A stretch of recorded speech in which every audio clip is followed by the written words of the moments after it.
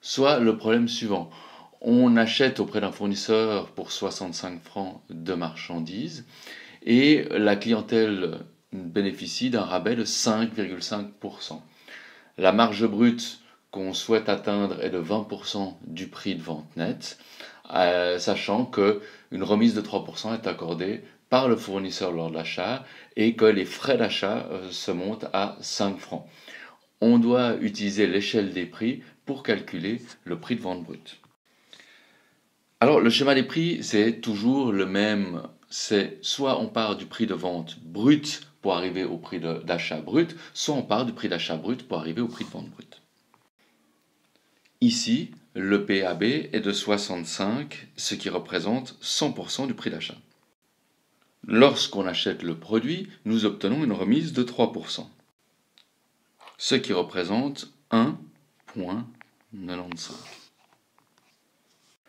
On en déduit donc un prix d'achat net de 97% du prix d'achat brut, soit 63,05.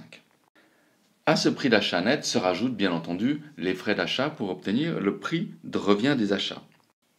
Comme l'on souhaite une marge de 20%, il est logique que ce prix de revient d'achat soit de 80% pour un prix de vente net de 100%, ce qui s'exprime de la manière suivante.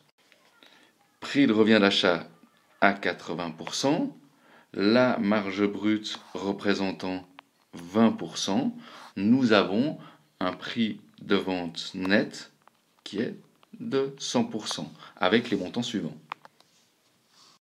Sachant qu'on octroie des rabais de 5,5%, on obtient donc un prix de vente brut de 90 francs. Il y a une petite subtilité à ce niveau-là, c'est que le prix de vente brut devient alors le 100%, le rabais, on l'a dit, c'est le 5,5%, et le prix de vente brut passe de 100% à finalement 94,5%, qui est la différence entre 100 moins 5,5. Et donc les montants sont 85,05 qui est le 94% et 4,95 qui représente le 5,5%.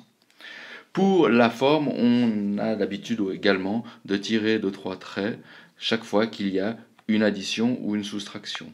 Donc j'aime bien dire à mes élèves que chaque fois on sépare tous ces éléments par des traits et on double souligne le résultat. Pour ceux qui ont des problèmes de calcul, il faut se souvenir qu'on applique simplement des règles de 3. Par exemple, 65 c'est 100%, le 3% représente quel montant? On applique ça à chaque étape. Je vous souhaite bon courage.